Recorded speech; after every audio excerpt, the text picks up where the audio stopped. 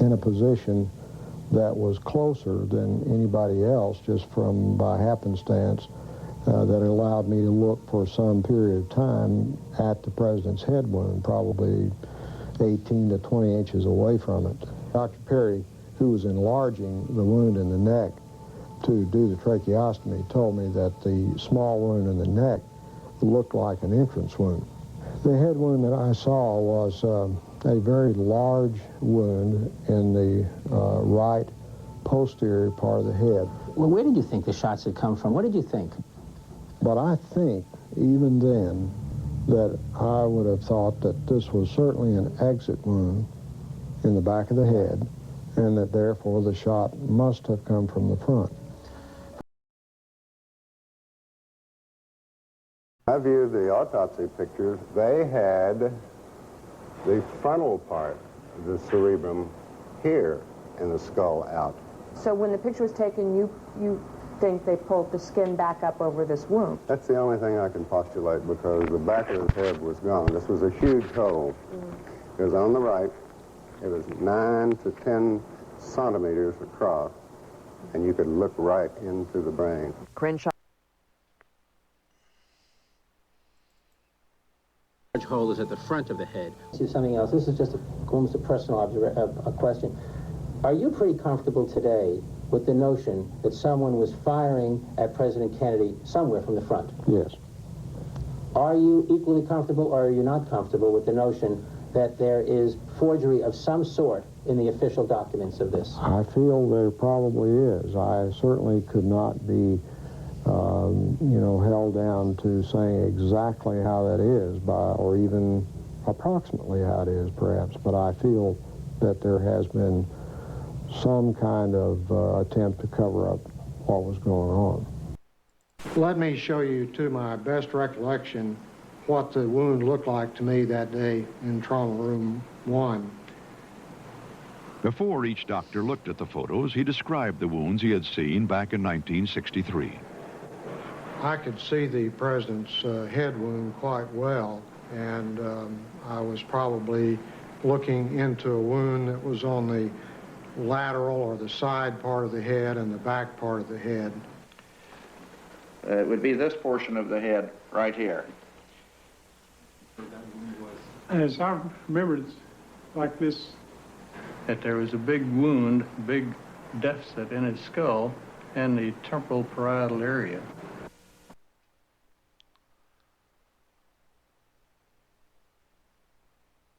Now,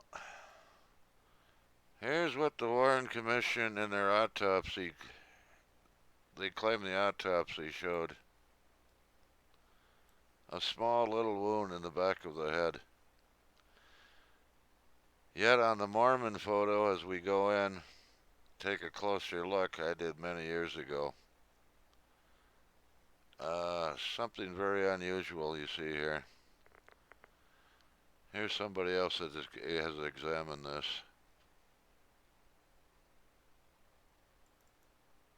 Inconsistencies within, and the pristine Mary Moorman photograph allowed me to go in and actually measure the wound optically without image processing. As we go into the wound and as we expand the wound and magnify it, you can see that the pixel elements, or each one of these little dots, is represented by dark squares or light squares. Now, if there were no wound in the rear of President Kennedy's head, all of the squares would be the basic reflective value, or the basic shade of gray, that his normal hair coloring would be on this day. Every time, in my years of experience with this, when there is a concave or convex area that is a deformation of the overall image, there is absolutely no question that the case is, as it goes darker under this situation, that this is going from an area on the top of President Kennedy's head down into an extremely deep hole, because the entrance wound that supported this exit wound was fired from the right frontal area of President Kennedy, and it exited through the rear. Instead of trying to find shooters or gunmen in the photograph. Well, I tried to find shooters in the photographs, and I found a few other things too. Now, before these images were made, were found, the Warren Commission defenders had some little hope, some case to keep fending off reality and truth. But even with this truth before their very eyes, they're still trying to deny this fact. Now, is this the only image I've got of the back of the president's head? No. I also looked somewhere else. Thanks to Robert Grodin's enhancements of the Zapruder film, they were zoomed in some. I've zoomed in either further, and this is what I see. So we have two independent photos here, the Mormon photo and the Zapruder film, which both show this large wound in the back of the president's head. This is not words. This is hard evidence, hard photographic evidence of an exit wound in the back of the president's head.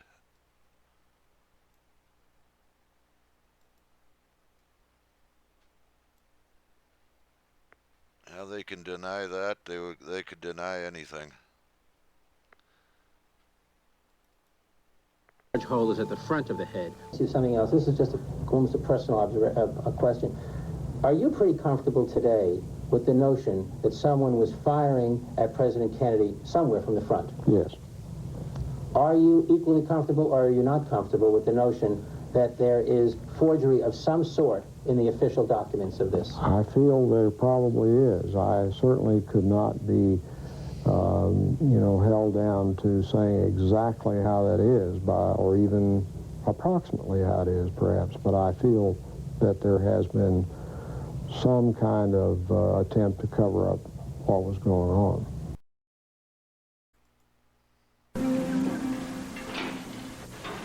Darrow Tomlinson, a Parkland Hospital employee, reenacts how he found that bullet on a stretcher. The bullet was ballistically traced to Oswald's rifle. The Warren Commission concluded that it was the bullet that had wounded both men and that it had fallen out of Connolly's clothing onto his hospital stretcher. The bullet was found here in this area, and not on that stretcher. That's the stretcher I took off the elevator. The stretcher he took off the elevator was Connolly's, so Tomlinson found the bullet on a different stretcher not connected to the case. This led critics to claim the bullet was planted, but the commission decided Tomlinson was mistaken. It was there when I came up. This is the bullet. Could it look like this after it went through Kennedy's neck and then struck the governor?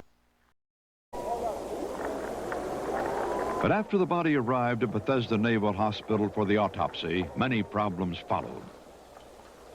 The autopsy should have determined how the gunshots killed Kennedy and where the bullets entered and exited his body. Dr. James Humes, a Naval Hospital pathologist, not a forensic expert, was in charge. This was his first autopsy involving gunshot wounds. It resulted in many irregularities. He did not examine Kennedy's clothing to locate and confirm entry and exit wounds. He did not dissect the neck wound to trace the bullet's path through the body. He did not locate the wounds with reference to fixed body landmarks, and he apparently made errors of several inches in drawings locating the wounds. He did not properly examine the brain, which disappeared some years later and has not been found since. He didn't realize there was a bullet wound in the front of the neck until he contacted the Dallas doctors the following day. By then, the body had been removed and re-examination was impossible. And finally, he burned his original autopsy notes before they were made public. Compounding these problems, the autopsy descriptions of the wounds were substantially different from the way the doctors in Dallas described them, as David Lipton explains. We have two groups of doctors seeing the body, which is evidence. Their observations are 6 hours apart. What did they see in each area of the body? In the area of the neck, President Kennedy suffered a wound in Dallas, which was described as an entry wound. If Kennedy was shot from behind, the wound on the front of his neck had to be an exit wound. But that's not what Nurse Audrey Bell, on duty in the emergency room that day, recalls. It looked small and round, like an entry wound, instead of larger, like an exit wound could often look. The wound was about 5 millimeters or a 1/4 inch across, the size of a pencil, right at the throat, at the Adam's apple. That wound, Dr. Perry made a tracheotomy through. Lifton claims he was told by the Dallas doctor who made the tracheotomy that his incision through the neck wound was smooth and less than half the width described by Dr. Humes, the autopsy doctor. More significantly, he describes it as having widely gaping irregular edges. So the inconsistency here is that we have a widening of a wound, which in Dallas was thought to be a bullet's entry. At Bethesda, in the autopsy report, their conclusion is that this is the exit for a bullet, which entered from behind. At best, confusing. Dr. Robert McClelland saw the wounds firsthand at Parkland Hospital in Dallas. The wounds are consistent, I think, not with the bullet having been fired from the 6th floor of the depository building from behind the president, but from somewhere around the grassy knoll or the triple underpass, somewhere in the front. Seeing that Zapruder film and noting the way the president was thrown backward violently to the left, and having seen that wound, I thought to myself, there's no way that that could have come from the 6th floor behind him. And what of the president's other?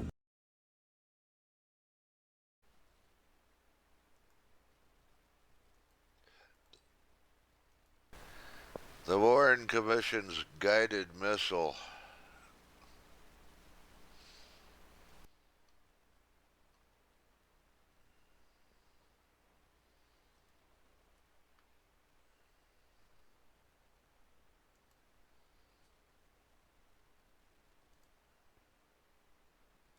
The death of Lee Harvey Oswald played a key role in the writing of the autopsy report, as Weisberg later found out. There was nothing about the autopsy that wasn't unusual, including where Dr. Humes wrote it.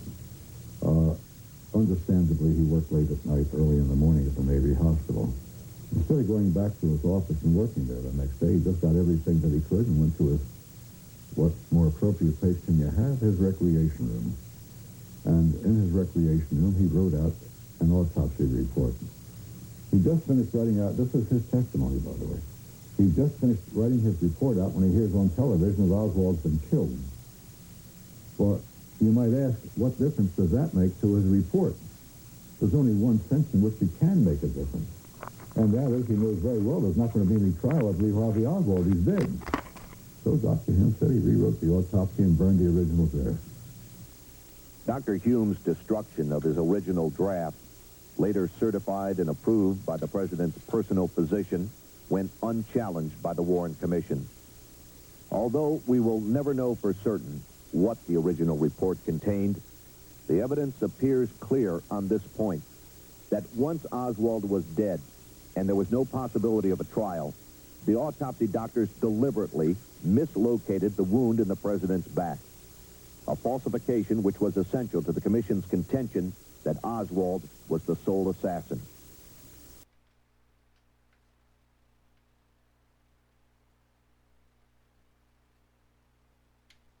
At all.